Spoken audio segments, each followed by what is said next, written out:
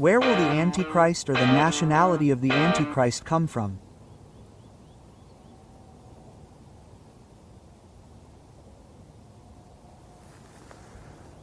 And it is very important that we at this time can discern all the events that are taking place in the world with impressive speed.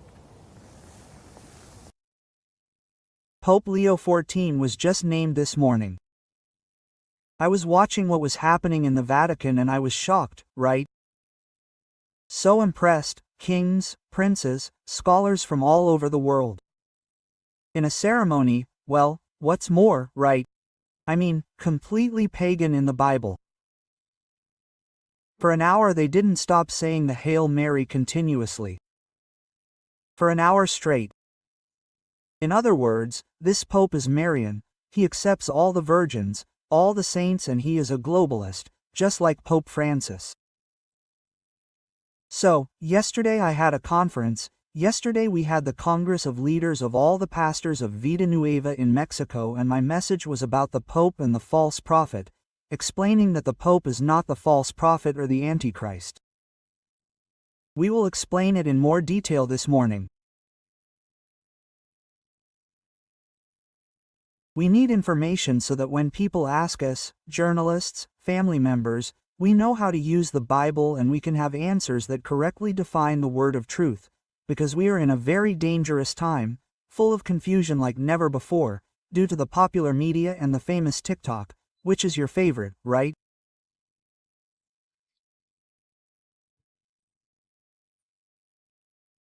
So, that's why people are as crazy as they are, because everyone listens to TikTok or what TikTok says, and 85% of it is lies, and they take things from artificial intelligence that are not true. Last week, they caught me in a pirated video saying things I never said. I told Caliph, who is in charge of my social media, hey, check this out, because I didn't say this and they're telling me that I did. But it was my voice, and I had never said that, what they uploaded to social media. So, what kind of world do we find ourselves in where they can now use your voice and your person to somehow hurt your reputation or harm you or talk to you and say, talk to your mommy, send me 50,000 pesos. I was just kidnapped with your mother's voice. Quote. They are doing all of this with artificial intelligence. It is an impressive world of technology that we are living in. Open your Bibles this morning to the book of Revelation, chapter 13. And we are going to look first at the topic of the death and resurrection of the Antichrist.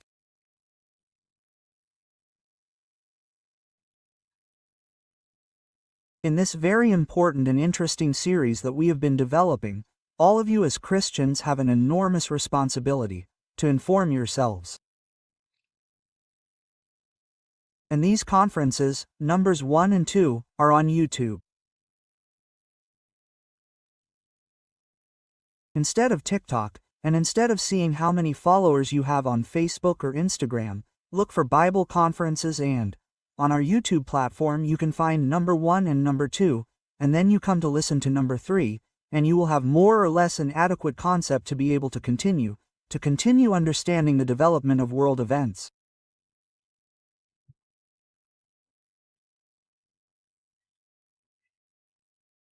But there is a lot of indolence, a lot of apathy on the part of Christianity globally, where they don't even bring the Bible on Sunday. I didn't even ask them who brought it. No, but remember that those who brought it are going to go in the rapture, so you better bring it next Sunday.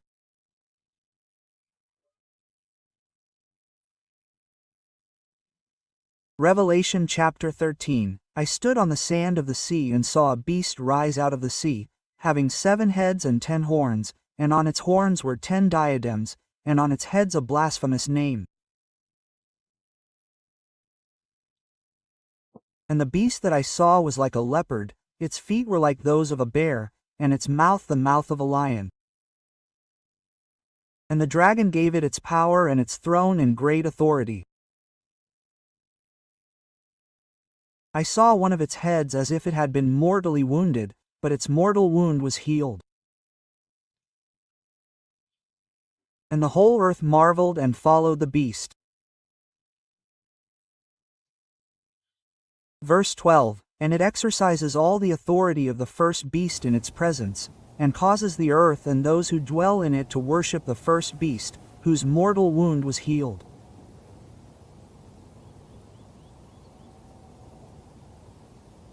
Verse 14, and it deceives those who dwell on the earth by the signs that it was allowed to do in the presence of the beast, telling those who dwell on the earth to make an image to the beast, who had the wound by the sword and lived. Very good. In this passage of Revelation we find that the Antichrist is going to be mortally wounded. There is a school of interpretation that says that it is not about the person of the Antichrist because it says one of its heads. And in this interpretation they are mistaken because the Antichrist, right, is the beast that has 7 heads. So, it can't be an empire that has been wounded, because the Bible says that it was healed and it repeats 3 times that it died and rose again. This does not happen with Rome or with Greece or with Babylon or with any other empire of the past. So, it is clearly talking about a character. Very good. In the first 3.5 years of the Antichrist, the first 3.5 years, the Antichrist is going to make a pact, a treaty with the Vatican. Open your ears.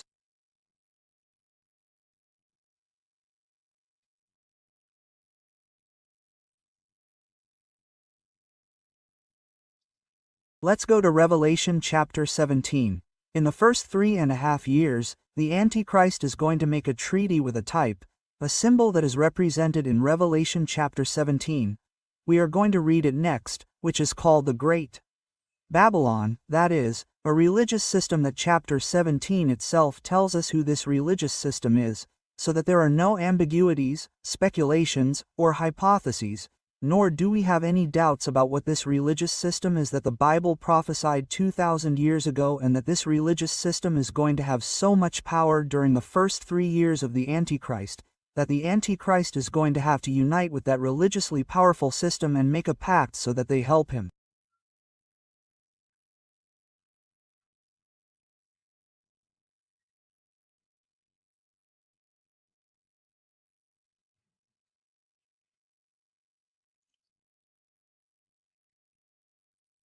And after 3.5 years, when this religious system promotes the government of the Antichrist through a character called the false prophet, then the Antichrist is going to get rid of this religious system, that is, the Vatican, and after 3.5 years the false prophet appears.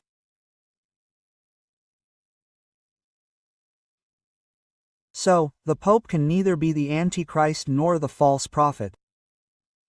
The Pope is going to represent a religious system. We do not know if it is Leo XIV.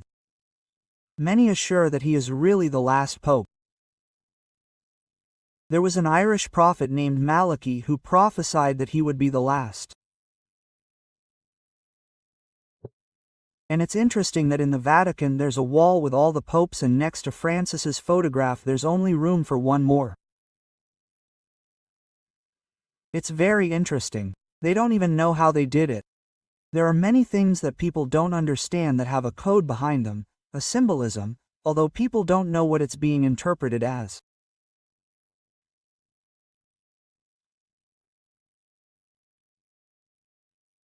For example, a dollar bill has a pyramid with an eye seeing everyone, and below it says in Latin in Nuus Corpus Lur Trus, the New World Order since 1776.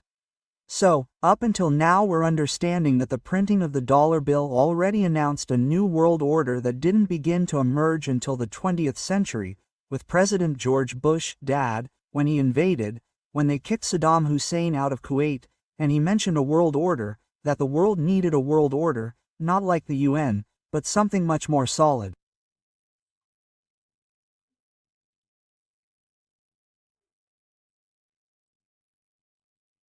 Then came Juan Pablo II, the Pope, who has also had a lot of charisma and was the one who reinforced by saying that the world needs a new world order. Another example, I don't know how many read the magazine, The Economist of Canonist in English, which has already been translated. It is the most popular magazine of the left. It is the best-selling magazine of globalism. And in this magazine, on all the covers are pure symbols, and in those symbols there is always something that they want to launch so that the world can interpret it. Those who can interpret it, but if you stop to think about it later they will explain it to you. Look, this knife knows this, and the photo of Trump shows this, and this means that. I mean, we are full of symbolism. You pass by a wall and find a 5-pointed star, not the 6-pointed one, the one of Israel. You immediately know what the satanic movement represents, right? The famous pentagram, because it is a 5-tiered star with the face of a goat or a kid, because it is the symbol in Daniel 7 of the leopard that we just read, which represents the empire of Greece. So that they do not get tangled up, so that they do not choke. My grandmother used to say, "You have already choked us with so much food."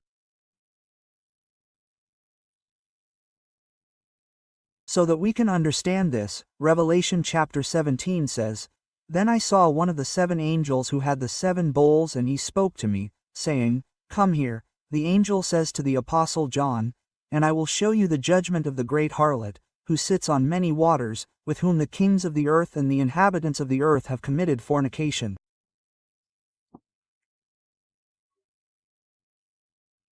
They have become drunk with the wine of her fornication. And he carried me away in the spirit into the desert, and I saw a woman sitting on a scarlet beast full of names of blasphemy, with 7 heads and 10 horns. And the woman was arrayed in purple and scarlet, and adorned with gold, and precious stones, and pearls. She had in her hand a golden cup full of abominations and filthiness of her fornication. And on her forehead a name written, Mystery, Babylon the Great, the mother of harlots and of the abominations of the earth.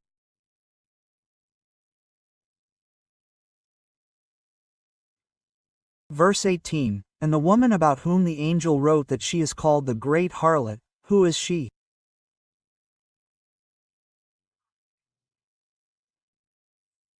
And the woman whom you saw is the great city, which reigns over the kings of the earth." This was written 2,000 years ago when the Roman Empire was in power and there was no city. 2,000 years ago when Revelation was written. Other than the city of Rome.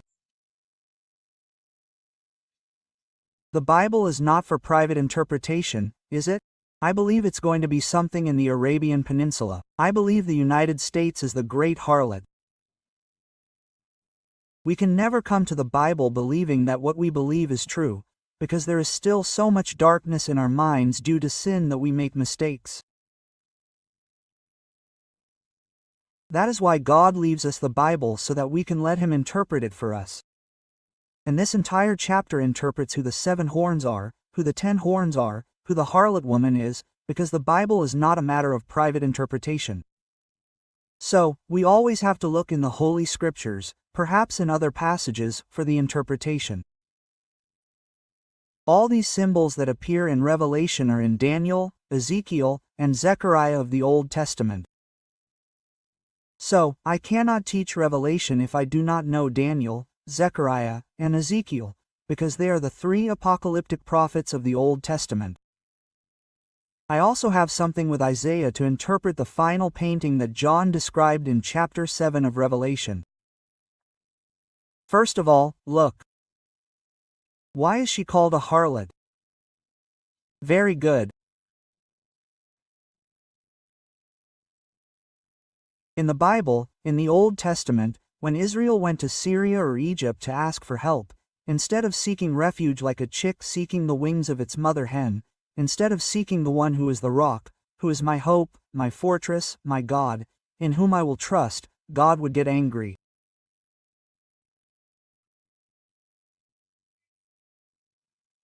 And the prophets say, for example, Jeremiah, Israel, you have committed fornication like a prostitute.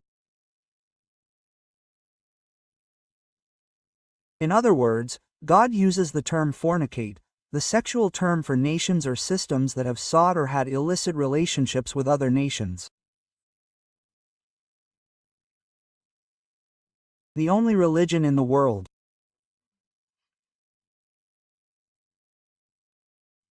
Not Buddhists, not Hindus, not Islam, not Hare Krishna, no one ever, no religion has had political relations with the world more than the Vatican.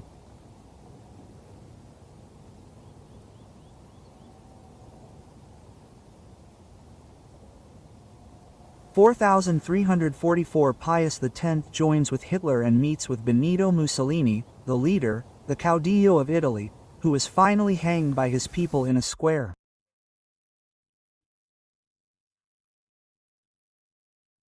And the Lateran Pact is signed, where it is officially determined, by the Nazis and by Mussolini, that the Vatican is a state, not a religion. Okay? But the city, the Vatican State, is a state.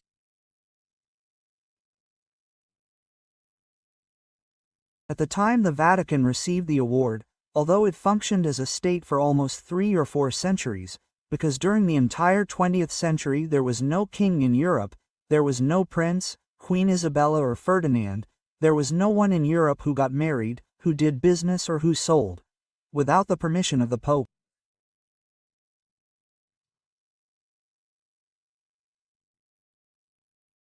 So he became a politician, he mixed religion with politics, he did not separate church and state.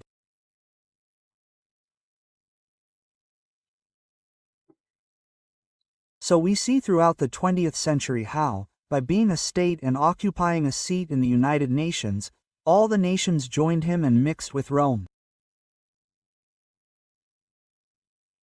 I don't know how many of you saw the movie or the TV series The Godfather. There, the relationship between the Sicilian Mafia and the popes is clearly seen in this series in a very transparent way.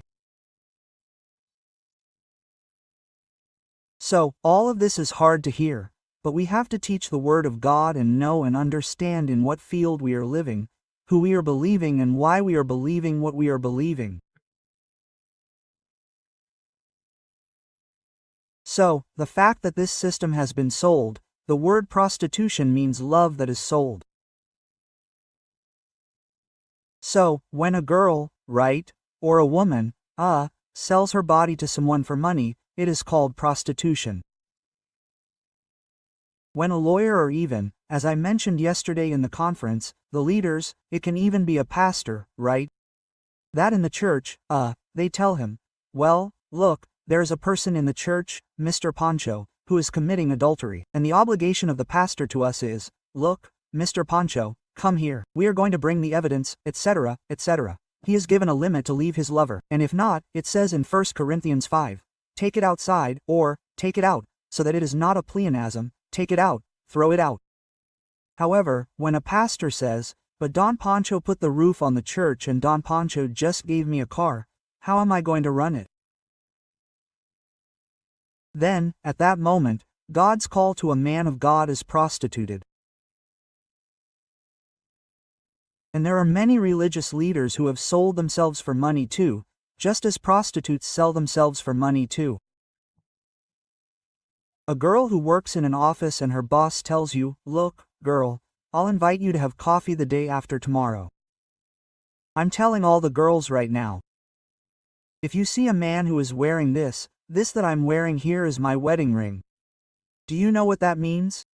That I'm no longer in the market. That I'm no longer in the market. And the girls or women who go out with a man and are sealed by this ring are selling themselves for convenience, right? Well, my boss, I'm going to go with him and yes, I know he's married, but he offered me a position or more money.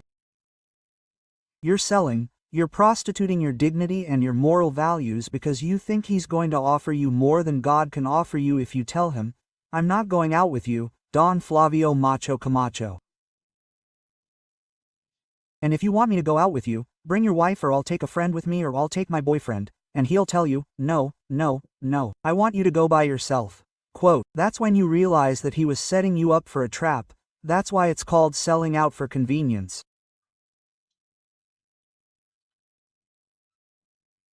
So governments also sell out, like during the pandemic. More than 130 nations sold out to the WHO, to the World Health Organization, a supranational organization that began to send out protocols.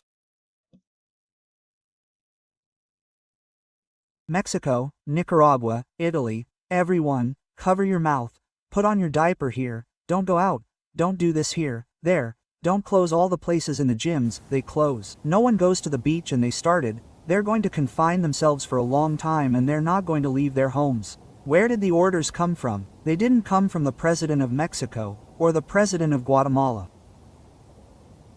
All of them, all the rulers submitted to a non-governmental, supranational organization called the World Health Organization. And who supports the World Health Organization? Bill Gates, who sold and tripled his billions of dollars with vaccines and with so many lies. And when the doctors in Europe discovered that hydroxychloroquine and ivermectin eliminated the COVID virus,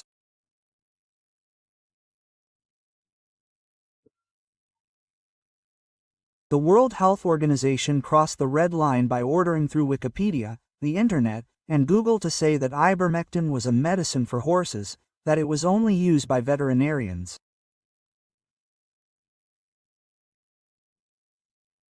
And that hydroxychloroquine did not cure anyone when President Trump ordered in New York that hydroxychloroquine be given. Why? Because the World Health Organization is the largest cartel, along with many banks and many governments, of crime and human trafficking. That is the world we are living in. You have already opened your eyes, and now that everything is over, it has been discovered, right? That Dr. Foch was a fraud, that he was the instrument and the main actor of President Biden, who sold out to globalism. They are looking for him to put him in prison for 100 years. Millions of people are dying right now from vaccines, but we lived in a world where we gave an experiment that was the first step towards a world order.